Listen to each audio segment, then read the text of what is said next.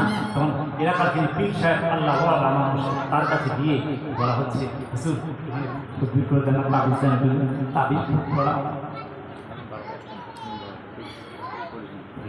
তো হুজুর কি হচ্ছে আপনি একটু বলে দেন। তো হুজুর তাবিজ দিলেন, পানি পড়া দিলেন, কোনো কাজ হচ্ছে না, কোনো কাজ হচ্ছে না।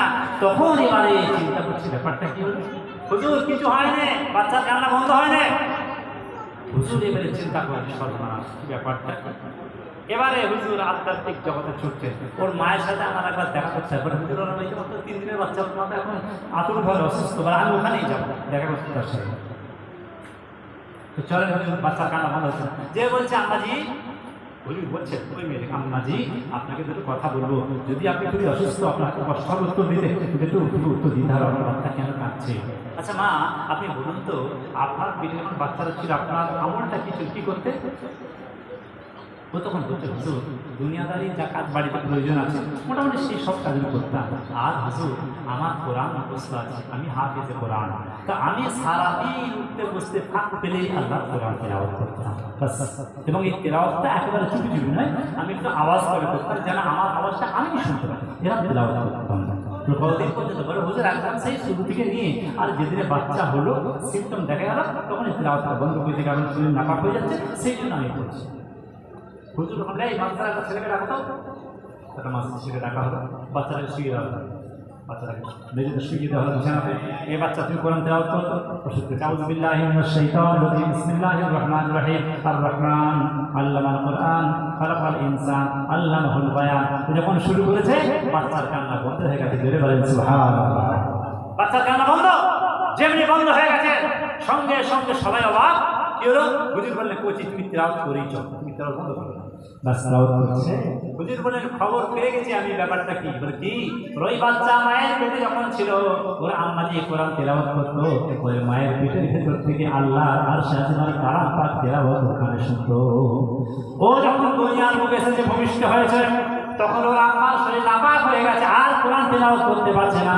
ওই বাচ্চা যে ছেলেটা ওর মায়ের পেটে থেকে শুনেছে, দুনিয়া আসার পরে তেলাওয়াত শুনতে পায় না, তাই কান্নাকাটি করে আমাদেরকে জানাচ্ছে, ওই আল্লাহর বান্দা বান্দিরা আমি কেন কোরআন শুনতে পাই না, আমাকে একটু কোরআন শোনান। তাই আমি অনেক চিন্তা ভাবনা করে ওই মায়ের কাছে গিয়ে তার রুটিনটা জানার পরে এই বাচ্চাকে যখন কোরআন তেলাওয়াত করিয়েছি, ওই তেলাওয়াতের আওয়াজ শোনার সঙ্গে সঙ্গে অটোমেটিকভাবে বাচ্চার কান্না বন্ধ হয়ে গেছে।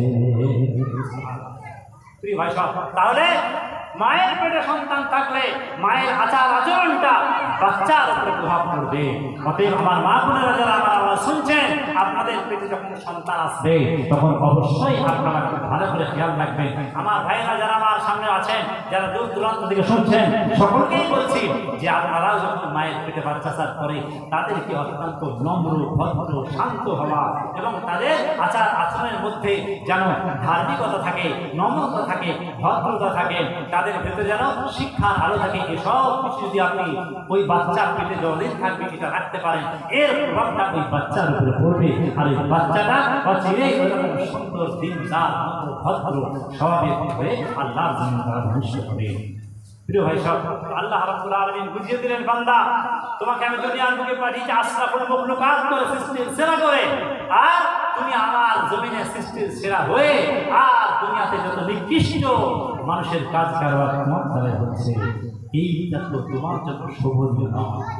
আপনার নবী, আমার নবী, বিশ্ব নবী মুহাম্মদুর রাসূলুল্লাহ সাল্লাল্লাহু আলাইহি ওয়াসাল্লাম আল্লাহর জমিনে আল্লাহর দুনিয়াতে এসে কাফের বেঈমানদের জুলুম আর অত্যাচার সহ্য করতে করতে পিঠটা যখন একেবারে দেওয়ালে ঠেকে গেল, আল্লাহ হুকুম করে, নবী হে আর এখানে আপনাকে থাকতে হবে না, আপনি চলে যান মদিনা শরীফে, সেখান থেকে আমার কালেমার দাওয়াত দুনিয়ার বুকে প্রচার করবেন। বিশ্ব নবী তাৎক্ষণিকভাবে মক্কা মুআজ্জামা ছেড়ে দিয়ে মদিনা মুনাওয়ারায় চলে গেলেন। সেইখান থেকে আল্লাহর দুনিয়ায় ইসলামকে প্রচার করার জন্য বিভিন্নভাবে বিভিন্ন দিকে আল্লাহ দিনের দাওয়াত দিয়ে বিভিন্ন দূতকে তিনি পাঠিয়ে দিলেন। মুসলমান, আল্লাহ নবী মাত্র 23টা বছর মক্কা আর মদিনার জীবনে, এই 23টা বছরের মধ্যে গোটা আরব রাষ্ট্রের বুকেতে চতুর্দিকে আল্লাহর একত্ববাদের কালেমা তাইয়্যিবা লা ইলাহা ইল্লাল্লাহু মুহাম্মাদুর রাসূলুল্লাহ সাল্লাল্লাহু আলাইহি সাল্লাম এই কালেমার দাওয়াত পৌঁছে দিয়েছেন। যেখানে যেখানে কালেমার আওয়াজ পৌঁছে গেছে সেইখানে সুন্দর হীরের টুকরো তৈরি হয়ে গেছে, যেখানে যেখানে আল্লাহ নবীর আদর্শের ছোঁয়া পৌঁছে গেছে, সেখানেই মানুষ এক একটা আদর্শবান তৈরি হয়ে গেছে। আল্লাহ রাব্বুল আলামিন বুঝিয়ে দিচ্ছেন, শোনো, যতদিন পর্যন্ত তোমরা আমার কোরআন, আমার নবী পাকের সুন্নতকে আঁকড়ে ধরে থাকবে, আমি আল্লাহ তাআলা তোমাদের মাথা সবসময় উঁচু করে রাখবো, উপরে তুলে রাখবো। আর যদি তোমরা কোরআন হাদিস থেকে বিচ্ছিন্ন হয়ে যাও, তাহলে আমি আল্লাহ রাব্বুল আলামিন তোমাদেরকে লাঞ্ছনা গঞ্জনা দিয়ে নাস্তানাবুদ করব। আজকে গাজার বুকেতে ইসরায়েলের মানে সেই জুলুম আর অত্যাচারের যে স্টিম রোলার চলছে, গোটা বিশ্বের মুসলমানদের চোখে পানি আসছে। মুসলমানরা বুঝতে পারছে কিভাবে কেমন ভাবে করুণ অবস্থায় মুসলমানদেরকে মারা হচ্ছে একদিকে, অপরদিকে খাদ্য যাতে তারা না পায়, পানি না পায়, ওষুধ না পায়, তার জন্য বন্ধ করে দিচ্ছে। আমরা তো ইন্টারনেটের মাধ্যমে সবই দেখতে পাচ্ছি। আমাদের দিকে কিছু নাই, একমাত্র আল্লাহর দরবারে হাত তুলে, আল্লাহ তুমি ব্যবস্থা করে দাও। মুসলমান, আজকে আমাকে ভারতবর্ষের মুসলমান, আমি আমার কাছে আইডি চাওয়া হচ্ছে, মুসলমান তোমাদের আইডি প্রুফ দেখাও, তুমি ভারতের কি বলে নাগরিক তার প্রমাণ দেখাও, তুমি ভারতকে ভালোবাসো তার প্রমাণ দেখাও। আরে আমি মুসলমান, আমি আইডি কি দেখাবো? তাজমহল হলো আমার আইডি, তাজমহল তৈরি করেছে আমরা মুসলমান, ওটাই তো আমার আইডি। দিল্লির জামা মসজিদ তৈরি করেছে আমরা মুসলমান, ওটাই তো আমার আইডি। আমার লাল কেল্লা তৈরি করেছে আমি মুসলমান, যেখানে ভারতের রাষ্ট্রপতি প্রধানমন্ত্রীরা জাতির উদ্দেশ্যে সেখানে দাঁড়িয়ে ভাষণ দেন, ওটা তো আমরা তৈরি করেছি, ওটাই তো আমাদের আইডি। হায়দ্রাবাদের 4 মিনার তৈরি করেছে আমরা মুসলমান, আর আমরা আমাদের আইডি কি তোমরা চাও? ভারতকে ভালোবেসে, ভারতকে মহব্বত করে আমরা ভারতের বাড়িতে আছি। যখন ভাগ হয়ে গেল, কৌশলে যখন ভারতকে ভাগ করা হলো, তখন যারা মহব্বত করেছে পাকিস্তানকে, সে মুসলমানরা পাকিস্তানে চলে গেছে। মহব্বত করেছে বাংলাদেশকে, বাংলাদেশে সেই সময় পূর্ব পাকিস্তান, পশ্চিম পাকিস্তান, সেখানে চলে গেছে। আমরা তো যাই, আমরা তো ভারতকে ভালোবাসে ভারতবর্ষে আছি। ভারতবর্ষের পুরোটা আমরা যখন চিন্তা করছি আমাদের অবস্থা কি হবে, মুসলমানরা তো অনেক চলে যাচ্ছে পাকিস্তানে, অনেক চলে যাচ্ছে বাংলাদেশে, অনেক চলে যাচ্ছে আফগানিস্তানে, তা আমরা কি করবো? আমাদের অবস্থা কি হবে? এই যখন আমাদের অবস্থা, সেই সময়তে 3টে ফিগার, 4টে ফিগার দাঁড়িয়েছে। কে? মৌলানা আবুল কালাম আজাদ, জওহরলাল নেহরু, মহাত্মা গান্ধী, চিত্তরঞ্জন দাস। এমনি করে এক প্ল্যাটফর্মে দাঁড়িয়ে বললে, মৌলানা সাহেব, গান্ধীজি বলছেন মৌলানা আজাদ আপনি একটু বলেন, নেহরু বলছেন মৌলানা আজাদ আপনি একটু মুসলমানদেরকে বলেন, এরা কেন যাবে? আমরা তো, আপনিও তো আছেন, ব্যাস আমরা একসঙ্গে থাকবো, মিলেমিশে সেকুলার স্টেট তৈরি হবে, ধর্ম নিরপেক্ষ দেশ তৈরি হবে। সেই সময়তে দিল্লির জামা মসজিদের সামনে হাজার হাজার মুসলমানরা লোটা কম্বল বেঁধে নিয়ে, আর ওই নিজেদের শিশু কলিজার টুকরা বাচ্চাকে কোলে করে নিয়ে সমসহায়ের মতো দাঁড়িয়ে আছে। যাদের জায়গা নাই, যাদের দাঁড়াবার জায়গা নাই, কোনো মাথা গোজার ঠাঁই নাই, কোনো কিছু নাই, তারা নিজেকে অসহায় ভাবছে। এই সময়তে, এই মুহূর্তে হযরত মাওলানা আবুল কালাম আজাদ, জওহরলাল নেহরু দুজন মিলে ছুটে গেলেন জামা মসজিদে। জামা মসজিদে যাওয়ার পরে मौलाना आजाद बोले, नेहरू जी आप कुछ बताइए, बोलिए इनको। बोले नहीं, मेरा आप बोलने का टाइम नहीं है, आप बोलिए इनको जो बोलना है। আপনার বলার দরকার, আমি নেহেরু বলার দরকার, আপনি বলুন। সেই সময়তে মৌলানা আবুল কালাম আজাদ দিল্লির জামে মসজিদের সামনে দাঁড়িয়ে চিৎকার করে বলেছিলেন, ও हिंदुस्तान के रहने वाले मुसलमानों, तुम अपने मातृभूमि को छोड़कर कहां जा रहे हो? এই ভারতের মুসলমানেরা, তোমরা নিজেদের মাতৃভূমিকে ছেড়ে কোথায় যাচ্ছ? যাদবের মতো যেও না, তোমরা যদি চলে যাও, আজ দিল্লির জামে মসজিদ ইতিম হয়ে যাবে। তোমরা যদি চলে যাও, দিল্লির জামে মসজিদে আজান হওয়া বন্ধ হয়ে যাবে। শোনো, যদি তাই তোমরা চলে যাও, আমার কথা শোনো, এখানে তোমরা থাকো, আমিও আছি, তুমিও থাকো। হোসেন আহমদ মাদানী তিনি আছেন, আর আমরা জীবিত, মরে গেছে, তাদেরকেও দাফন করা হয়েছে। কে? মৌলানা আমাদের ভারতবর্ষের পীর খাজা মুঈনুদ্দিন চিশতি আজমিরি রাহমাতুল্লাহ আলাইহি সুলতান রহে, তাকেই জমিনে রাখা আছে। নিজামউদ্দিন সুলতানুল আউলিয়া, তাকেই জমিনে রাখা আছে। হযরত মুজাদ্দিদ আল কুসানি রাহমাহুল্লাহ, তাকেও জমিনে রাখা আছে। সুতরাং এই বরকতপূর্ণ জমিনকে ছেড়ে রেখে যাওয়ার কোনো দরকার নাই। যদি তোমরা চলে যাও, দিল্লির জামা মসজিদ যদি এতিম হয়ে যায়, আমি মৌলানা আজাদ কাল কিয়ামতের ময়দানে আল্লাহর আদালতে তোমাদের বিরুদ্ধে আসামি হয়ে দাঁড়াবো। সেই সময় নেহেরু হাতটা আমাদের হাত তালে দিয়েছে, মৌলানা আজাদ আপনি ঠিক। আমরা রয়ে গেলাম, আমরা ভারতকে ভালোবেসে আমরা রয়ে গেছি। ভারতের সঙ্গে ওতপ্রোতভাবে আমরা দেশের সঙ্গে, দেশের মাটি আবহাওয়ার সঙ্গে মিশে গেছি। আপনারাও তো আমাদের সঙ্গে মিশে গেছে। এক একটা ইতিহাস, এক একটা ঘটনা, এগুলো অবাক হয়ে যায়। আজকে আমার মুসলমান ভাইদেরকে আমাদের বিরুদ্ধে সত্যবাদ বলা হয়, কিন্তু আপনারাই দেখেন না আপনাদের ইতিহাস। দাঙ্গা শুরু হয়েছে একটা জায়গায়, বাস যে যার কোন দিকে পালাবে। মুসলমানদের আক্রমণ হচ্ছে, একটা মুসলমান যুবতী মেয়ে ছেলে কোনো দিকে কিছু না পেয়ে ছুটে পালিয়ে যাচ্ছে। যে দেখছে পিছন দিকে আসছে, প্রথম এদিকে একটা হিন্দুর বাড়ি ঢুকে গেছে, ঢুকে দিয়ে মাঝে খুঁজে বাঁচা মা বাঁচা আমাকে মেরে ফেলো সব এক্ষুনি। বাস তখন বাড়ি থেকে শাশুড়ি আর আর কোনো গাড়ি নেই, কেউ নেই। যখন এই অবস্থা ঘরের ভেতরে যাওয়ার পরে মা আর বৌমা শাশুড়ি চিন্তা করছে এই মুসলমান মাটাকে, এই মুসলমান মেয়েটাকে কি করে বাঁচানো যাবে। দুজনেই তদন্ত করছে কি করবো, ভাবছে এক্ষুনি এরা এসে টুকরো করবে। কি দেখা গেল, আপনারাও তো আমাদেরকে ভালোবাসেন, তার মধ্যে তো অনেক আছে। কি হলো, এই সঙ্গে সঙ্গে এই নববধূ এই নতুন বউটা দিতে হচ্ছে, মা আমি একটা চিন্তা করছি বলে চটপট করে হাতের শাখাগুলো খুলে এই মুসলমান মেয়ের হাতে পরিয়ে দিল। আর তাড়াতাড়ি করে আলমারি থেকে এই সিঁদুরের কুমড়া নিয়েছে, ওর কপালে ভালো সিঁদুরটা দিয়ে দিল, দিয়ে আর ওকে বিছানা শুয়ে একটা চাদর চাপা দিয়ে দিল, দিয়ে বললো তুমি শুয়ে থাকো, তোমার কোনো ভয় নেই। বাস এরা মা শাশুড়ি আর বৌমা দুজন মিলে আমি নামে এসে দাঁড়িয়ে আছে। এমন সময় ও ছুটতে ছুটতে এই এখানে একটা মেয়ে ছিল, কোথায় গেছে, কোন দিকে গেল, তোমার বলছে কই না, এখানে কেউ আসে না তো, বল না আর এসছে এখানে তোমাদের ঘরে ঢুকে আমার ঘর থেকে লক্ষ্য করছি, তোমার ঘর আমরা সাফ করবো, দেখবো আমরা। তখন ওই বৌমাটা বৌমা আর শাশুড়ি আছে, বৌমাটা তখন বলছে হ্যাঁ আমার একটা মানে মাসুতো বোন এসেছে, তো তার জ্বর হয়েছে, সে ঘরে শুয়ে আছে, তোমরা দেখতে পারো। তো ভয় থরথর করে কাঁপছে, মুসলিম মেয়েটা শুয়ে আছে। ওরা এলো, এসে এমন করে মোটা মতো চাদর চাপা দিয়ে শুয়ে আছে, চাদর খুলে দেখলো হাতে শাঁখা, কপালে সিঁদুর, আর থরথর করে কাঁপছে, মাথায় একটা হাত দিয়ে শুধু জল হতো না, এ তো মুসলমান না, বেশ ছুটে বেরিয়ে চলে গেল। মুসলমান আমরা ভারতে বাস করছি, ভারত রয়েছি, ভারতের মুসলমান হিন্দু ভাইরা দেখেন মা কেমন তো তার মেয়েটাকে বাঁচাবে। তারপরে 2-3 দিন পরে অবস্থা স্বাভাবিক হতে তখন এই মেয়েটার বাড়ির খবর নিয়ে তাদের বাড়িতে গিয়ে তাদেরকে ডেকে নিয়ে এসে এই মেয়েটিকে তাদের হাতে তুলে দিল। মুসলমান এই তো ভারতের ইতিহাস। কবি বিদ্রোহী কবি কাজী নজরুল ইসলাম, বিশ্বকবি রবি ঠাকুর তাই না বলছে, নানা ভাষা নানা মত নানা পরিধান, বিবিধের মাঝে দেখো মিলন মহান। আজকে কিছু রাজনৈতিক স্বার্থান্বেষী ব্যক্তিত্ব তারা আমাদের মধ্যে বিরোধ সৃষ্টি করে আমাদেরকে একেবারে নাস্তানাবুদ করে দেওয়ার পরিকল্পনা করছে, কিন্তু ভাই এটা তো হবে না। মুসলমান ভালো করে শুনে নেন, গাজায় যত বলতো গণহত্যা চালানো হোক, স্পেনের বুকে যতই গণহত্যা চালানো হোক, আগামী পৃথিবী হবে ইসলামের। যদি বলবেন কি করে, আগামী পৃথিবী হবে ইসলামের। এই জন্য আগামী পৃথিবীতে আসবে কে, ইমাম মাহদী।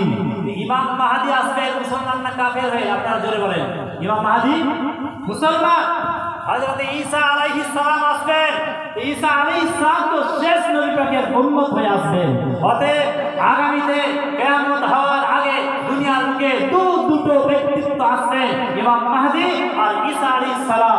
এই দুজনে এসে গোটা বিশ্বের বুক থেকে তাগুতি শক্তি, খোদাত্রয়ী শক্তি, আল্লাহ রাব্বুল আলামিনের দিনদার বান্দার উপরে জুলুম করতে ওয়ালা তাদেরকে সব নিঃশেষ করে দিয়ে তাদের ইন্তেকাম হয়ে যাবে। বাস আর গোটা দুনিয়ার বুকে আল্লাহর কর্তৃত্বকে তারা দুজনেই প্রচার করবে। এরপরে তারা মারা যাওয়ার পরে তারপরে মহাপ্রলয় হবে, কিয়ামত হবে, দুনিয়া শেষ হবে। তারপরে আর কিয়ামত না, কোনো নাবালক ছেলে মেয়ে থাকবে, তারপর কিয়ামত হবে না, সবাই স্বাভাবিক। সেই জন্য বলা হয়েছে কিয়ামতের আগে, কিয়ামতের 30 বছর আগে থেকে আর কোনো সন্তান জন্মগ্রহণ করবেন না, কোনো মা সন্তান পেটে ধারণ করবে না। 30 বছর আগে। আর এই কিয়ামতের সময়তে হযরত ঈসা আলাইহিস সালাম আর হযরত ইমাম মাহদী দুজনে এসে দুনিয়ার বুকটাকে একেবারে সুন্দরভাবে শান্তি শৃঙ্খলার পরিবেশ তৈরি করে দেবে। তারপর আস্তে আস্তে কিয়ামত হবে। ভাই সব কাল কিয়ামতের ময়দানে আল্লাহর আদালতে আপনাকে আমাকে সকলকে যেতে হবে। আমাদের জীবনের দুটো জায়গা, একটা দুনিয়া আর একটা হলো আখিরাত।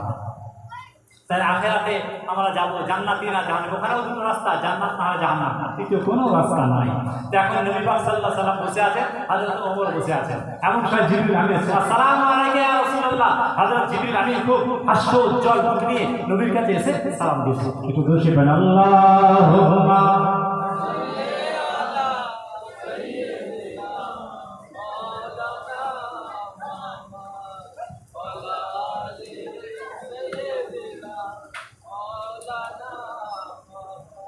দায় হালিমা তোর ঘরে আজ, দায় হালিমা তোর ঘরে আজ কে এসেছে, দিন দুনিয়ার বাদশা যিনি তিনি এসেছে। আল্লাহুম্মা সাল্লি আলা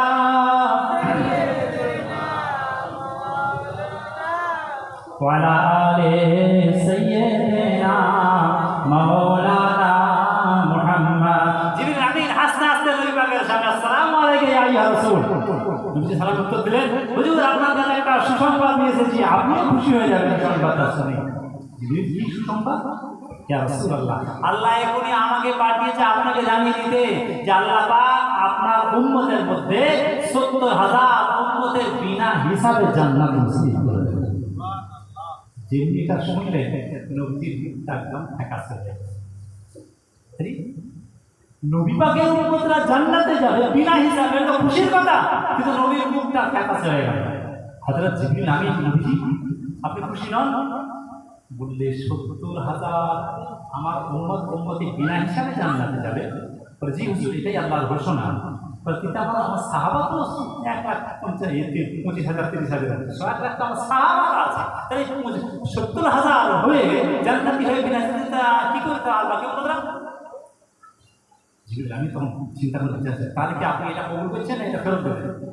নবীজি বলেন থামা, একটা পরামর্শ করে নিই। পাশে পাশে হযরত ওমর কি করা যায় বলতো, আল্লাহ তরফ থেকে এসেছে, ওই জন্য কোনো বাড়ির কাজ করতে গেলে আলোচনা করতে হয়, নিজের বাড়ির মধ্যেই পরামর্শ করতে হয়। আমি যদি কোনো রাখার থাকে, বাড়ির কাজের লোক থাকে, তার সাথেও পরামর্শ করতে হয়, এটা করা সুন্নাত। তো নবীজির পাশে বসে আছে হযরত ওমর রাদিয়াল্লাহু আনহু, নবী বলছে ওমর কি করা যায় বলতো? হযরত ওমর তো শুনে নিলেন কথা, বলছে হুজুর সত্যি তো, যদি ৭০,০০০ মুসলমান বিনা হিসাবে জান্নাত যায়, তো আমরা সাহাবারা তো লাখের উপরে, এটা কেমন হবে হুজুর? ফিরে যাই ভালো, ফিরে যাই ভালো। বাস জিবরিল আমি তারা চলে আসছি ফেরত নিয়ে, এবার হাত দিয়ে চলে যাবো, ফেরত নিয়ে চলে গেল। যে আল্লাহ তোমার নবী তো মানতে চাচ্ছে না, কি বলছে? তুমি যে ৭০,০০০ কি হবে? আল্লাহ বলছে আমার ফায়সালা তো উল্টোপাল্টা হবে না, আমার ফায়সালা ৭০,০০০ থাকবে। আমার প্যারা হাবিব নবী মুহাম্মদ রাসূলুল্লাহ সাল্লাল্লাহু আলাইহি সাল্লাম, তার মনে ব্যথা রাখবে, আমি আমি আল্লাহ করবো না, তাহলে বন্ধুও চড়বে না, আইনও ভঙ্গ হবে না। কি করে মাঝখানে ফয়সালা হবে? আইন হলো আল্লাহ কি ৭০,০০০ মুমিন বিনা হিসাবে জান্নাতে যাবে, এটা আল্লাহর আইন। আর নবী পাক সাল্লাল্লাহু আলাইহি সাল্লাম তিনি মানতে পারছেন না, নবী আল্লাহ পাকের মাহবুব, তাহলে বন্ধুকে চটালে হবে না, আমার আইনকেও বদলানো যাবে না। জিবরিল তুই একটা বড়, আল্লাহ পাক সবই জানেন, তখন তিনি বলছেন, জিবরিল বলল আল্লাহ আমি এসব কিছু বলতে পারবো, তুমি যেটা বলে দেবে সেটা আমি তোমার নবীকে শুনিয়ে দেবো। আল্লাহ রাব্বুল আলামিন বলছেন জিবরিল আমার হাবিবকে যে শুনিয়ে দাও, আমার হাবিবের মনে ব্যথা লাগবে, নবী পাক কষ্ট পাবেন, এটা আমি কখনোই করব না। আমার হাবিব যাতে খুশি আমিও তাতে খুশি, আমার হাবিব যেটা পছন্দ করে আমি আল্লাহ সেটা পছন্দ করি। শুনে নাও, আমার আরশে আজিম থেকে যে আইনটা একবার তৈরি হয়ে যায়, ওই আইনটা বদলানো যাবে না। ৭০,০০০ মুসলমানকে বিনা হিসাবে জান্নাতে দেবো, এই ৭০,০০০টা ৭১,০০০ করা যাবে না, ৮০,০০০ করা যাবে না, ১ লাখ করা যাবে না, আমার বন্ধুকেও চটানো যাবে না, তার মনে ব্যথা দেওয়া যাবে না। তবে আমি এমন কাজ করবো, আইন আমার ভঙ্গ হবে না, আমার বন্ধুও চটে যাবে না। ও জিবরাইল আমার হাবিবকে যে বলে দাও আল্লাহ ৭০,০০০ মুসলমানকে বিনা হিসাবে জান্নাতে দেবেন, আর ওই ৭০,০০০ যারা থাকবে তাদের এক একজনের হাতে ৭০,০০০ করে গুনাহগার বান্দাকেও আল্লাহ জান্নাতি করে দেবে। প্রিয় ভাই সব, আল্লাহ রাব্বুল আলামিন বুঝিয়ে দিচ্ছে, দেখো আমার হাবিব তোমাদের জন্য পাগল, তোমাদের জন্য আমার হাবিব পাগল। কিয়ামতের মাঠে আজম সফিউল্লাহ নফসি নফসি, ঈসা রূহুল্লাহ নফসি নফসি, ইব্রাহিম ও খলিলুল্লাহ নফসি নফসি, আল্লাহ আমার কি হবে, আমার কি হবে?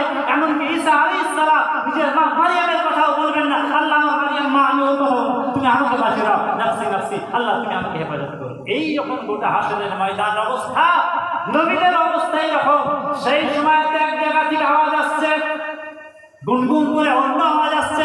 হাসরের ময়দানের মানুষেরা এই কঠিন অবস্থার মাঝখানে কানে যখন এই আওয়াজটা আসছে, সবাই খেয়াল করলো কোথা থেকে আওয়াজ আসছে, কিসের আওয়াজ আসছে। ভালো করে শোনা গেল ওই একটা দিক থেকে ক্ষীণভাবে আওয়াজ আসছে, উম্মতি উম্মতি উম্মতি উম্মতি। এই আল্লাহ, আমি বিশ্বনবী, আমি মুহাম্মদুর রাসূলুল্লাহ আমার নিজের জন্য চাচ্ছি না, আমার আব্বা আব্দুল্লাহর জন্য চাচ্ছি না, আমার আম্মা আমিনার জন্য চাচ্ছি না, ওদের কিছু আমার কথা বলার দরকার নেই। উম্মতি উম্মতি। এই আল্লাহ, হাসরের ময়দানে আমার উম্মতের কি হবে, আমার উম্মতের কি হবে? আল্লাহ, তুমি আমার উম্মতের অবস্থা কি করবে? জাহান্নাম তো তাদের যদি ফয়সালা হয়ে যায়, কেমন করে জান্নাতে দেবে? আল্লাহ, এই ব্যবস্থা তুমি করে দাও। হাসরের ময়দানে সবাই যখন নাফসি নাফসি, আমার আপনার নবী যখন উম্মতি উম্মতি, আমার আল্লাহ বুঝিয়ে দিলেন, ও দুনিয়ার মুসলমানদের, দেখ তোদেরকে কেমন নবী দিয়েছি, তোদের মুসলিমে কেমন নবীর উম্মত তোদেরকে করেছি। আমার নবী পাক আমার দরবারে হাত উঠাবে, আমি আল্লাহ কবুল করবো না, এটা হতে পারে না। আমার নবী যেটাই বলবেন আল্লাহ তাআলা কবুল করে নিয়ে আমার নবী পাককে খুশি করব। বাকি জিন্দেগিতে বাইতুল মুকাদ্দাস যেটা জেরুজালেমে রয়েছে, যেটা ইহুদিদের হাতে রয়েছে, তারা কবজা করে রেখেছে। এই বাইতুল মুকাদ্দাস ছিল প্রথম কিবলা, মুসলমানরাও এদিকে মুখ করে নামাজ পড়েছে, কিন্তু আল্লাহ নবী পাকের পছন্দ হতো না। তিনি ওদিকে বাইতুল মুকাদ্দাসের দিকে মুখ করে নামাজ পড়তেন বটে, বারে বারে আকাশের দিকে একবার করে তাকাতেন, আবার তিনি নামাজ পড়তেন, আবার ওদিকে দেখতেন একবার, ওই ঘরটার নাম হলো বাইতুল মুকাদ্দাস, আর একবার আসমানের দিকে তাকাতেন, মনে মনে বলতে রব্বুল আলামিন, আল্লাহ ওই বাইতুল মুকাদ্দাসটাকে বাদ দিয়ে যদি আমার জন্মভূমি মক্কা মুআজ্জামার এই কাবাঘরটাকে যদি তুমি কিবলা করে দিতে, ওই দিকে মুখ করে দিয়ে আমরা নামাজ পড়তে পারতাম, আল্লাহ কতই না ভালো হতো। আল্লাহ রাব্বুল আলামিন দেখছেন আমার হাবিবের ইচ্ছা হলো ওদিক থেকে মুখটা এদিকে ঘোরাবে। আল্লাহ তাআলা এই কথাটাকে কোরআনে কোট করে দিয়েছেন, কোরআনে লিখে দিয়েছেন, কদ নারা তাকাল্লুবা ওয়াজহিকা ফিস সামা। আমি আল্লাহ রাব্বুল আলামিন আপনার চেহারা দেখতে পাচ্ছি, আপনি বারবার করে আকাশের দিকে তাকাচ্ছেন, তার মানে আপনার মনে হচ্ছে যেন আমার আল্লাহ পাক এদিকটাই যেন কাবাঘরের দিকে কিবলা করে দেয়। আয় আমার হাবিব, আয় আমার নবী, আপনার ইচ্ছা আমি আল্লাহ তাআলা কবুল করে নিচ্ছি। আপনার ইচ্ছাটাকে প্রাধান্য দিয়ে আমি আল্লাহ তাআলা আপনাকে হুকুম দিয়ে দিলাম, নবী হে, আপনি নামাজ আদায় করছেন, এই নামাজি হালতে বাইতুল মুকাদ্দাসের থেকে মুখটা ঘুরিয়ে দিয়ে আমার বাইতুল্লাহর দিকে মুখটা করে নেন। যে মসজিদে নামাজ পড়তে গিয়ে আল্লাহ কিবলাকে ঘুরিয়ে দিলেন, অধিকার বাইতুল মুকাদ্দাসের দিকে নয়, এবার কাবাঘরের দিকে মুখ করে নামাজ পড়বে, সেই মসজিদের নাম এখন আছে মসজিদে কিবলাতাইন। যারা হাজি সাহেবরা গিয়েছেন অনেকে দেখে এসেছেন মসজিদে কিবলাতাইন। তো আল্লাহ রাব্বুল আলামিন আমাদের নবী পাক যেটা চাইছেন, আল্লাহ রাব্বুল আলামিন ঠিক সেইভাবে কাজ করেছেন। যে ভাই সাহেব, আমার নবী আমাদের পাগল, আমার নবী আমাদেরকে নিয়ে চিন্তিত, তাহলে আমি মুসলমান, আমার চলা, আমার বলা, আমার ওঠা বসা সবের ভেতরে যদি আমার নবীর সুন্নতের ছোঁয়া না থাকে, তাহলে আমি আল্লাহর দরবারে কিয়ামতের ময়দানে কেমন করে জবাবদিহি করব? প্রিয় ভাই সাহেব, আমাকে আল্লাহ পাক দুনিয়াতে পাঠিয়েছে একদম অ্যালার্ম দিয়ে দিয়েছে নির্দিষ্ট সময়, এই সময় দুটো মত, একটা কি কুল্লু নাফসিন যায়কাতুল মউত, যত প্রাণ আছে তাদের মৃত্যু হবে, আর একটা হচ্ছে কুল্লু মান আলাইহা ফান, সব যা কিছু আমি সৃষ্টি করেছি এর সবার মওত হয়ে যাবে। আল্লাহ রাব্বুল আলামিন বলেছেন, দেখো আমি রিয়াজুল ইসলাম আমার মওত আলাদা, আর একজন আব্দুর রহমান তার মওত আলাদা, আর একজন শফিকুল ইসলাম তার মওত আলাদা। আল্লাহ রাব্বুল আলামিন বলেছেন, কুল্লু নাফসিন যায়কাতুল মউত, তুমি একা মরবে না, তোমরা দুজন মরবে না, তোমার দেশের লোক মরবে না, গোটা দুনিয়ার সব মানুষ মরে যাবে, সবাইকে মেরে ফেলা, কুল মানে সব, এতে কেউ বাদ যাবে না। আমি আল্লাহ তাআলা তোমাদের মওত দিয়ে দেব, আর এটা হলো তোমাদের প্রাণ যাদের আছে তাদের মওত। আর আমি আল্লাহ ঘোষণা করছি, কুল্লু মান আলাইহা ফান, আমার এই সৃষ্টি জগতে যা যা আছে সকলের মওত হয়ে যাবে। আল্লাহ সিজাস শামস কুলবেরা, আসমানে যে সূর্যটা রয়েছে ওই সূর্যের মওত হয়ে যাবে। ওয়াইদাল কাবাকিবুন তাসারাত, গ্রহ নক্ষত্রের মওত হয়ে যাবে। ইয়া সামাউন ফাতারাত, আকাশ তোমাদের উপরে মহাশূন্যে রয়েছে, আকাশের মওত হয়ে যাবে। ওয়াইদাল কাবাকিবুন তাসারাত, গ্রহ নক্ষত্র সূর্য চন্দ্র তারকা রাশি যা যা কিছু আছে এসব কিছু মওত হয়ে যাবে, গোলামগুলির মতো ঝনঝন করে ভেঙে ভেঙে পড়তে থাকবে। আমি আল্লাহ তাআলা ওয়াসসামাই যাতিল বুরুজ ওয়াল ইয়াউমিল মাউউদ ওয়া শাহিদুন ওয়া মাশহুদ, কোরআন শরীফের আল্লাহ রাব্বুল আলামিন 29-30 পারার মধ্যে কিয়ামতের ভয়াবহতা, কিয়ামতের করুণ পরিস্থিতি, কঠিন অবস্থার কথা বারবার করে ঘোষণা করছে। আল্লাহ পাক বললেন, পাহাড়ের মওত হয়ে যাবে, পাহাড় থাকবে না, তুলোর মতো উঠতে থাকবে। সমুদ্রের মওত হয়ে যাবে, সমুদ্রের দুরকমের মওত হবে। এক নামের মওত হচ্ছে সমুদ্র শুকিয়ে যাবে, পানি বলে কিছু থাকবে না। আর এক নামের মওত হচ্ছে হচ্ছে সমুদ্রে এত তার হয়ে যাবে, গোটা দুনিয়া একেবারে ডুবে তছনছ হয়ে যাবে। আল্লাহ বললেন গাছপালা যারা আছে, পাহাড় পর্বত যারা আছে, আর মরুভূমি আছে, আর ঘর বাড়ি যা আছে, এসব কিছুর মত হয়ে যাবে, জমিন উলটপালট হয়ে যাবে। ইযা যুলজিলাতিল আরদু জিলজালাহা ওয়া আখরাজাতিল আরদু আসফালাহা, জমিন যখন উল্টে যাবে, জমিনের ভেতরে আমার আল্লাহ রাব্বুল আলামিন অনেক কিছু সম্পদ রেখে দিয়েছেন। এই খনিজ সম্পদগুলো উঠে পড়বে, উপরে সোনা উঠে পড়বে, চাঁদি উঠে পড়বে, লোহা উঠে পড়বে, মণি ইত্যাদি সব ভেতরে আছে, ডায়মন্ড আছে, আরো যা আছে সব কিছু বাইরে বেরিয়ে আছে। তখন ইনসান মালাহা, মানুষ তখন থেকে বিভ্রান্ত হয়ে পড়বে, কি ব্যাপারে কি এমন কেন হলো, আচ্ছা এখন কি ব্যাপার হয়ে গেল। তো মানুষ তখন সামনে আল্লাহ সবাই মত হয়ে যাবে। আজকে আল্লাহ রাব্বুল আলামিন কালেমা ওয়ালাদেরকে একটা বিশাল সম্পদ দিয়েছেন। কি? সবচাইতে পৃথিবীর বুকে দামি সম্পদের মালিক হলো মুসলমান, তার নাম হলো পেট্রোল। পেট্রোল মুসলমানদের হাতে আছে না? পেট্রোল ডিজেল মুসলমানদের হাতে। খনিজ পদার্থ বেশিরভাগ সোনা মুসলমানদের হাতে। আজকে আরবের সব শেখের, আরবের সাহেরা বাথরুমের যে প্যান্টটা সেটাও তৈরি করছে সোনা দিয়ে। বাথরুমে যে কলটা ভালো করবে, ট্যাপ করবে, কলটাও হচ্ছে সোনা দিয়ে তৈরি। তো এত সম্পদ দিয়েছে, দেওয়ার পরেও আজকে ওর হাতে হচ্ছে, ওর পায়ে হচ্ছে, কি বলতে শুনছি, ওর কথা শুনছি। তোমার ভাইয়ের কি গলাটি কথা কিছু করবে না, চুপচাপ জবাবদিহি করতে হবে আল্লাহর কাছে। আল্লাহ রাব্বুল আলামিন ছাড় দেন, ছেড়ে দেন না। আপনাদের হাতে বিশাল অর্থ দিয়েছে, বিশাল সম্পদের মালিক আপনাদেরকে করেছে, কিন্তু আপনারা সেটাকে পায়ে ঠেলে ফেলে দিচ্ছেন। মনে রাখবেন, ইজা জা আজারুহুম ফালা ইস্তাখিরুনা সাআতা ওয়ালা ইস্তাকদিমুন। আমার আল্লাহ রাব্বুল আলামিন বলেন, বান্দা দুনিয়াতে যত নাজো নিয়ামত নিয়ে যত অট্টালিকা তৈরি করো কেন, যত বড় বড় বাড়াখানা তৈরি করো না কেন, সুন্দর বাংলো তৈরি করো, আর বড় ঘোরার জন্য সুন্দর ফুলের বাগান, ফলের বাগান যাই তৈরি করো কেন, ইজা জা আজারুহুম, মওতের সময় যখন আসবে, লা ইস্তাখিরুনা সাআতা ওয়ালা ইস্তাকদিমুন, এক মুহূর্ত আগে অথবা পরে তোমার মওত হবে না, ওই সময় তোমার মওত হয়ে যাবে। বান্দা আল্লাহকে ভুলে গিয়ে, আল্লাহ রাসূলের তরিকাকে ভুলে গিয়ে দুনিয়ার মধ্যে যতই তুমি মস্তানি করো, দাদাগিরি করো, যাই করো না কেন, আমি আল্লাহ তাআলার দরবারে তোমার কোনো কিছুর মূল্য নেই, দাম নাই। কিন্তু যদি তুমি পুরো ঘরে পলিথিন খেলে থাকতে বলা হও, আর আমার হুকুমকে তুমি মানতে বলা হও, আমার নবী পাকের সুন্নতের প্রতি ইত্তেবা করতে বলা হও, তো আমার বান্দা বান্দি শুনে রেখে দাও, আমি আল্লাহ রাব্বুল আলামিন কিয়ামতের ময়দানে ওই পুরো ঘরবাসীকে আমার জান্নাতের মেহমান বানিয়ে দেব। প্রিয় ভাই সব, আল্লাহ রাব্বুল আলামিন আমাদেরকে বোঝার তৌফিক দান করেন। আজকে আমরা আসুন আমাদের ইমানি দিকটা একটু মজবুত করি। ইমানের দিক মজবুত মানে যদি আমার ইমানের হালকা মত হয়ে যায়, আমি শহীদ, তাকে গাজায় যারা মরছে সবাই শহীদ, ছোট্ট শিশু থেকে নিয়ে আর বৃদ্ধ পর্যন্ত সবাই শহীদ। আসুন আমরা একটু আমাদের ইমানি জিন্দিগি করে নিই। নামাজ আজান হচ্ছে মসজিদে, আমি কেমন মুসলমান যে মসজিদে আজান হচ্ছে, আমার নামাজ মনে হবে। জুমার দিনে জুমার ওয়াক্তে টাইমে মসজিদের সামনে দিয়ে কাপড় নিয়ে, কাজ নিয়ে বেরিয়ে চলে যাচ্ছে, আমার খেয়াল না কেন আজকে জুমার দিন জুমার মসজিদে আমাকে হাজির দিতে হবে, আমি মুসলমান, আমার জন্য এটা ওয়াজিব, ঠিক কেন ভুলে যাচ্ছি। আমার আজকের যুবকেরা কত রমজান মুবারক গেল, রমজান মাসে আমার এলাকাতেও এমন ঘটেছে, আরো অন্য এলাকা থেকে আমার কাছে খবর এসেছে, প্রকাশ্যে দিনের আলোতে চার দোকানে বসে, হোটেলে বসে, মিষ্টি দোকানে বসে ওপেন খেয়ে চলেছে দিনের বেলায়, তাদের কোনো ভ্রুক্ষেপ নেই। তাদের উদ্দেশ্যে বলি, ও যুবক বন্ধুরা, ও আমার ঘরের ভেতরে মা বোনা যারা রমজানে রোজা রাখলে না, তোমরা কি মনে করেছো মালাকুল মউত আজরাইল মরে গেছে? তোমরা কি মনে করেছো কবরে মুনকার নাকির মরে গেছে? তোমরা কি মনে করেছো জাহান্নামের আগুনকে নিভিয়ে দেওয়া হয়েছে? তাহলে কিসের বলে এত বলিয়ান হয়ে তোমরা বুক ফুলিয়ে আল্লাহ জমিনে, আল্লাহ দুনিয়াতে আল্লাহর হুকুমকে পুরানোর দিকে চলছো?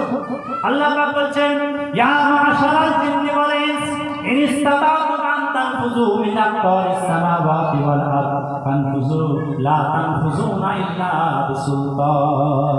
হে জিনার মানুষেরা, হে মানব দানবেরা, যদি তোমরা আমার হুকুম মানতে না চাও, আমার হুকুম যদি পালন করতে তোমাদের অপছন্দ হয়, তাহলে আমি আল্লাহ তাআলা বলছি, আসমান হলো জমিন, আসমান আর জমিন হলো আমার রাজত্ব, তাহলে আমার রাজত্ব থেকে তোমরা বেরিয়ে যাও।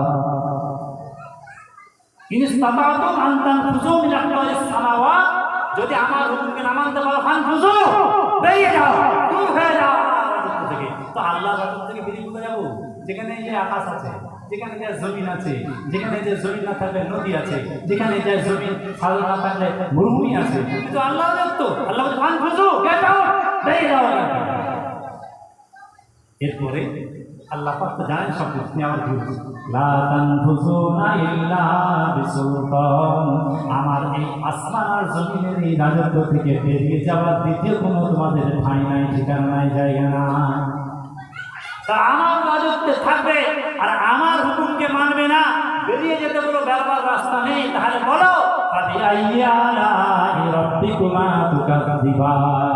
তাহলে তোমরা কেমন করে তোমাদের রব, তোমাদের প্রতিপালক, তোমাদের আল্লাহকে অস্বীকার করছো?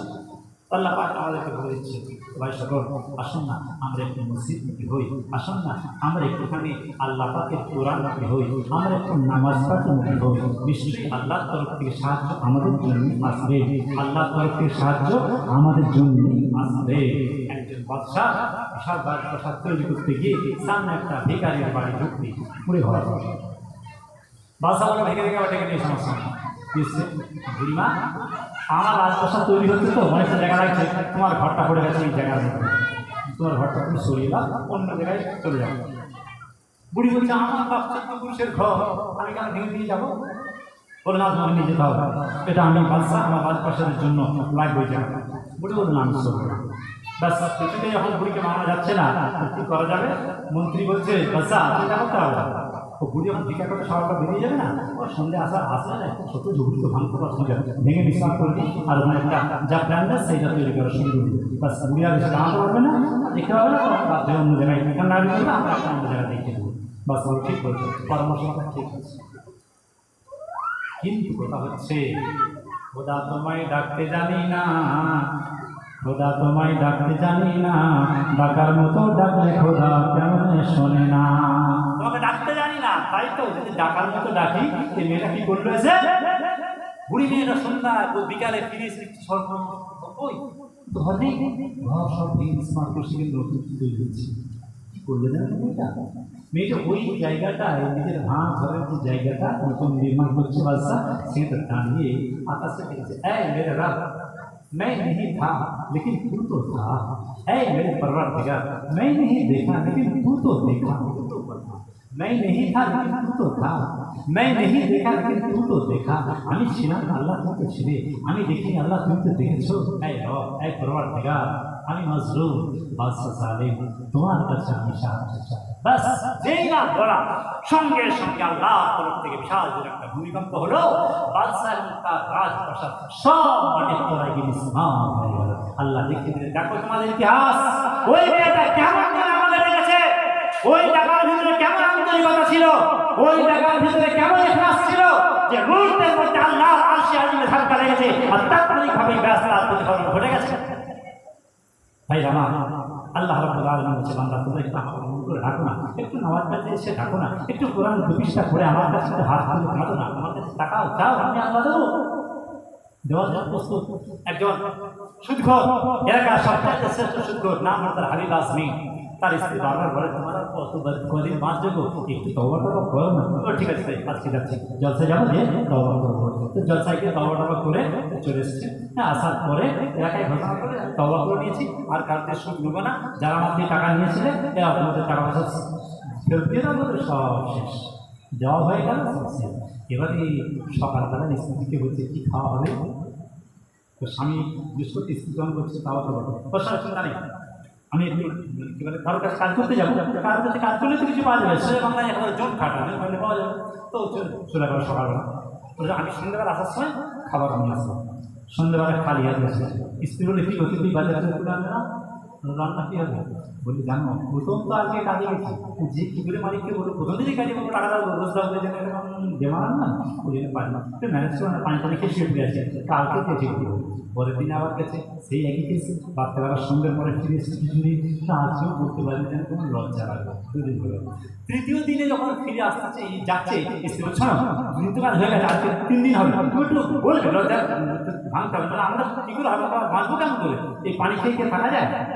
বাস চলে গেল, তৃতীয় দিনেও সে একই কেস, বলতে পারে চলে গেল। চতুর্থ দিনে ওর স্ত্রী বলছে, এবার তোমাকে একটু পছন্দ দিয়ে দেবো, আল্লাহ পছন্দ দিয়ে দেবো তোমাকে, পছন্দ দিয়ে দাঁড়া, আমি আজকে বাস একদম ঠিক কাজ আজকে চেয়ে নিয়ে খাবার নিয়ে আসো, বেশি করে নিয়ে আসো, তোমার পছন্দ সেই খাবার নিয়ে আসো। বাস চলে গেছে। ঠিক আমরা যখন মুড়িবেলা পড়ি 9টা-10টার সময় দরজা টক টক করে আওয়াজ দিচ্ছে, 3টে মানে ওই 12 বছর 11 বছর এই টাইপের ছিল। ভেতর থেকে আওয়াজ আসছে, কে বলেছি এটা কি হাবিবি আজমির বাড়ি? বলে হ্যাঁ। তো দরজাটা খুলে দিয়েছে, দেখে মানে নাবালক বাচ্চা, তার সামনে বেপরদার ব্যাপার নেই। তো বলে আমরা ভেতরে যাবো, হ্যাঁ এসো। একদিনের মাথায় একটা খাসি দেওয়া করে করে পিস পিস করে খানচান দেওয়া আছে, একদিনের মাথায় একটা আটা বা ময়লার বস্তা আছে, আর একদিনের মাথায় একটা কাঠ আছে। বাবা কি ব্যাপার? বলেছি ওই হাবিবি আজমি যে মালিকের কাজ করতে গেছে উনি এগুলো পাঠিয়েছেন, আর উনি খুব খুশি হয়েছেন ওনার কাজে। বলেছেন যে হ্যাঁ, আর এর সাথে এক বোতল ঘিও আছে, বাবা টাটকা ঘি। তো উনি বলেছেন যে যদি আরও ভালো কাজ করে আরও ভালো এই নজরানা হাতিয়া দেওয়া হবে। ব্যাস স্ত্রী খুব খুশি, একেবারে পরোটা করে বস্তু রান্না করে ঘি ভাজা করে সব রেডি করেছে। সন্ধ্যেবেলা যখন আসছে স্বামী দরজার কাছে আসতেই ঘিয়ের খুশবু, এখন আমরা ঘিয়ের খুশবু পাইনি। এখন আমার ঘরে ইলিশ মাছ ভাজতে যে ভাজবে সেও কতটা খুশবু পাইনি। কিন্তু আজ থেকে মানে 50 বছর আগে ইলিশ মাছ একটা ভাজা খবর ছিল যে কাজের বাড়ি হচ্ছে, হতো না এমন ঘটনা। ঘি গাওয়া ঘি একবার ঘি দিয়ে নুন মাখিয়ে ভাত খেয়ে নিয়ে স্কুলে যাবো, আর এই হাতটা সারাদিন তোর হাতে একটু ঘিয়ে ঘি দিয়ে ভাত খেয়েছিস এমন বুঝাবো। এখন তো আর তা নেই। হাজারতে হাবিব আজমি ঘরে ঢোকা সদর কাছে এসছেন, খুশবু আসছে গাওয়া ঘি, এমন ঘি তুমি ভাবছে। ভেতরে এলেন স্বামী, স্ত্রী একার হাসি খুশি অবস্থায় স্বামীকে দেখে বসে আরে ঘরে কিসের এত খুশবু? ঘিয়ের খুশবু, তারপরে বস্তু রান্নার একটা খুশবু, ব্যাপারটা কি? বলে লেখা সাজতে হবে না, বসে আগে হাত ধুয়েছে বসে। আমি বলছি লেখা সাজা মানে? বলে বলছি তুমি হাত ধুয়েছে বলছে, আর সুন্দর করে দস্তরখান বিছিয়ে দিয়ে পানি টানি সব নিয়ে আসছে। বলছে আরে ব্যাপারটা কি? বলে ব্যাপারটা কি মানে? আরে খেয়ে নাও তারপরে কথা হবে। বলে কোথা দিয়ে খাবার এলো? বলে আমি দেখো আমার সাথে কেমন ঠাট্টা করছে দেখো, আরে খেয়ে নাও তারপরে কথা হবে। তাহলে তো হাবিব বুঝতে পারছি না ব্যাপারটা কি। খাওয়া যখন শেষ করবে তখন স্বামী জিজ্ঞাসা করছে ব্যাপারটা কি, কোথায় এলো, কোথা থেকে এগুলো এলো? স্ত্রী তখন বলছে স্বামী আপনি আমার কাছে গোপন করছেন, শোনেন না, আপনি চলে যাওয়ার পরেই, কাজে চলে যাওয়ার পরেই আজকে 4র্থ দিন তো 3টে বাচ্চা এনে হাসির গোস্ত, ময়দা, ঘি আর এই কাঠ দিয়ে গেছে, আর বলেছে হাবিব এত ভালো কাজ করেছে, মালিক তার উপর খুব খুশি হয়ে গেছে, আর বললে দেবে আগামী যদি আরো ভালো কাজ করে আরো ভালো হাতিয়া হবে। সঙ্গে সঙ্গে হযরতে হাবিব আজমি চিৎকার করে কেঁদে উঠবে, আল্লাহু আকবার দিবে। আল্লাহর কসম করে বলি এই বিগত 4টে দিন কোনো দুনিয়ার মানুষের কাছে কাজ করতে যাই না। ফজরের নামাজ পড়ে বেরিয়ে ওই আমাদের শহরের জামে মসজিদে যেতাম, উযু করে ইতিকাফের দিতে মসজিদে বসে থাকতাম, সারাদিন মসজিদে বসে বসে জিকির করতাম, কালেমা পড়তাম, নামাজ পড়তাম, কোরআনের যে সূরা মুখস্থ করেছি সেগুলো পড়তাম। এই করতে করতে সন্ধ্যেবেলা ঘরে এসে তোমাকে মিথ্যা কথা বলছি যে মালিকের কাজ করেছি চাইতে পারি নাই, এমন করে 4টা দিন শুধু আমি আমার আল্লাহর কাছে সিজদা করেছি, আল্লাহর কাছে মাথা নত করেছি, আল্লাহর কাছে হাত পেতে দোয়া পেতে চেয়েছি। হে আমার স্ত্রী ভালোবাসো, আমার আল্লাহ কত মেহেরবান, কত দয়াবান। 4টে দিন আমি মাত্র আল্লাহর কথা মেনে নামাজ পড়েছি, আল্লাহর হুকুমকে মেনেছি, আল্লাহর কাছে দিয়েছি। বিগত 80টা বছর আল্লাহর হুকুমকে মানি নাই। আমার আল্লাহ সব বাদ দিয়ে 4 দিনে আমার আমলকে কবুল করে নিয়ে আমার জন্য আল্লাহ পাক এমন হাদিয়া পাঠিয়ে দিয়েছে। আল্লাহ রাব্বুল আলামিন বুঝিয়ে দিলেন, দেখো মুসলমান তোমাদের ইতিহাস, হাবিব আজমি কেমন চাওয়া চেয়েছিলেন, কেমন নামাজ পড়া পড়েছিলেন, কেমন হাত তুলেছিলেন আল্লাহর দরবারে, আল্লাহ পাক দেখিয়ে দিচ্ছেন মুসলমানরা এগুলো তোমাদের ইতিহাস। আজকে আমরা আল্লাহকে চাইতে জানি না। ভাই আর করে শোনেন, ছোট্ট কথা, আমার কথা শেষের দিকে আমি নিয়ে আসছি। আমার ভাই, আমার প্রিয় বন্ধু যিনি এসছেন ভালো মাওলানা রফিকুল ইসলাম গাজী, আল্লাহ পাক তার হায়াত তাইয়্যিবা দান করুন, সকলে বলে আমিন। আল্লাহ পাক তার কাছে যা জ্ঞান দিয়েছে আল্লাহ এই জ্ঞানেতে যেন আরো বেশি বেশি করে বরকত দান করুন, বলে আমিন। তো ভাই সকল, আল্লাহ রাব্বুল আলামিন আমাদেরকে দুনিয়ার মধ্যে নির্ধারিত সময় পাঠিয়ে দিয়েছে, দিয়েতে এর মধ্যে আবার কি খুশি আছে, দুঃখ আছে, বালা মুসিবত আছে। তো ভালো করে শুনে, যখন আমার বাচ্চার জ্বর হবে, হঠাৎ করে একটা কোনো বিপদের খবর আসবে, যখন ডাক্তারখানায় যেতে হবে, যখন হসপিটালে যেতে হবে, যাবেন, কিন্তু তাড়াতাড়ি করে উযু করে নিয়ে 2 রাকাত রাকাত সালাতুল হাজাত নফল নামাজ পড়িনি, আল্লাহ আমার বাচ্চার জ্বর হয়েছে, আমি অমুক ডাক্তার কাছে যাচ্ছি, আল্লাহ ওই ডাক্তারের মাধ্যমে আর ওই ডাক্তার যে ওষুধ লিখেছে সেই ওষুধ দ্বারা তুমি ভালো করে দাও। আনতা শাফিয়া আমরাজ, প্রথমে আগে আল্লাহর কাছে চেয়ে নেন, চেয়ে নিয়ে তারপর আপনি ডাক্তার কাছে যাবেন, তারপর আপনি ওষুধ দোকানে যাবেন, তারপর আপনি হসপিটাল নার্সিংহোমে যাবেন। এই যাওয়ার আগে আল্লাহর বান্দা আল্লাহর কাছে আপনি চেয়ে নেন। বাস যখন আপনি প্রথমেই আল্লাহর দ্বারস্থ হয়ে যাবেন, প্রথমেই যখন আল্লাহর কাছে সাহায্য চাইবেন, আমার আল্লাহ রাব্বুল আলামিন তিনি ওই ডাক্তারের মাধ্যমে আর ওষুধের দ্বারাতে আল্লাহ পাক আপনার সন্তান, আমার সন্তান, আমাদের শিফা দিয়ে দেবেন, আমাদের বিপদ আপদ থেকে আমার আল্লাহ পাক হেফাজত করে দেবেন। প্রিয় ভাই সব, আমরা এগুলো ভালো করে খেয়াল রাখবো। আর আমার পরে আমার ভাই কোরআন হাদিস থেকে গুরুত্বপূর্ণ আলোচনা করবেন। আপনারা যারা এদিক ওদিকে ঘোরাঘুরি করছেন তারা কেউ ঘোরাঘুরি করবেন না, মেহরবানি করে সকলেই মজলিসে চলে আসেন।